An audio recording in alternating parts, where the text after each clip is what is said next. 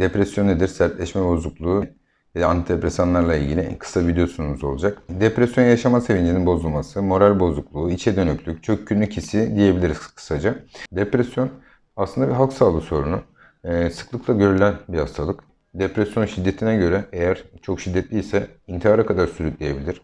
İş hayatında, ev hayatında, sosyal hayatında insanın çok ciddi sorunlar yaratabilir. Anksiyete bozuklukları da öyle. Anksiyete bozuklukları demek yani hastalarda kaygı bozuklukları. Hasta yakınının kendini öleceğini düşünebilir.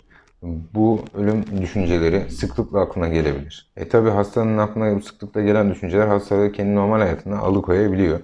Normal hayatında ilerlemesini bozabiliyor. Bu yüzden psikiyatristler gerekli gördükleri durumlarda antidepresan ilaçlar reçete edebiliyorlar hastalara. Depresyon kendi başına %50 civarında şiddetine göre hastalarda sertleşme bozukluğu yaratabilir. Depresyonla beraber sıklıkla gözlenen anksiyete bozuklukları yani kaygı bozuklukları da hastalarda sertleşme bozuklukları yaratabilir.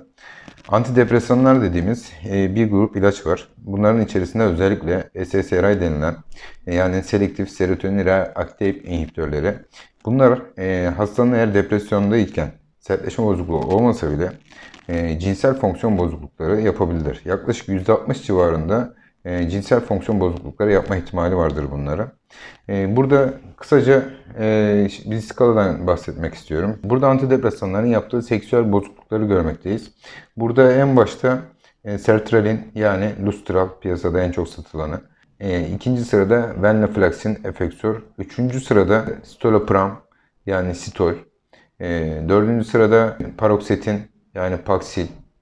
Beşinci sırada Prozac görmekteyiz. Yani Prozac içerisindeki maddede fluoxamin görmekteyiz. Bunlar depresyonda ve kaygı bozukluklarında en sık kullanılan ilaçlardır. Genel olarak hastalar bu ilaçları yıllarca kullanırlar. 5 sene, 10 sene, 15 sene şeklinde kullanabilirler. Hastalar kliniğe geldiği zaman şöyle bir sıkıntı olabiliyor.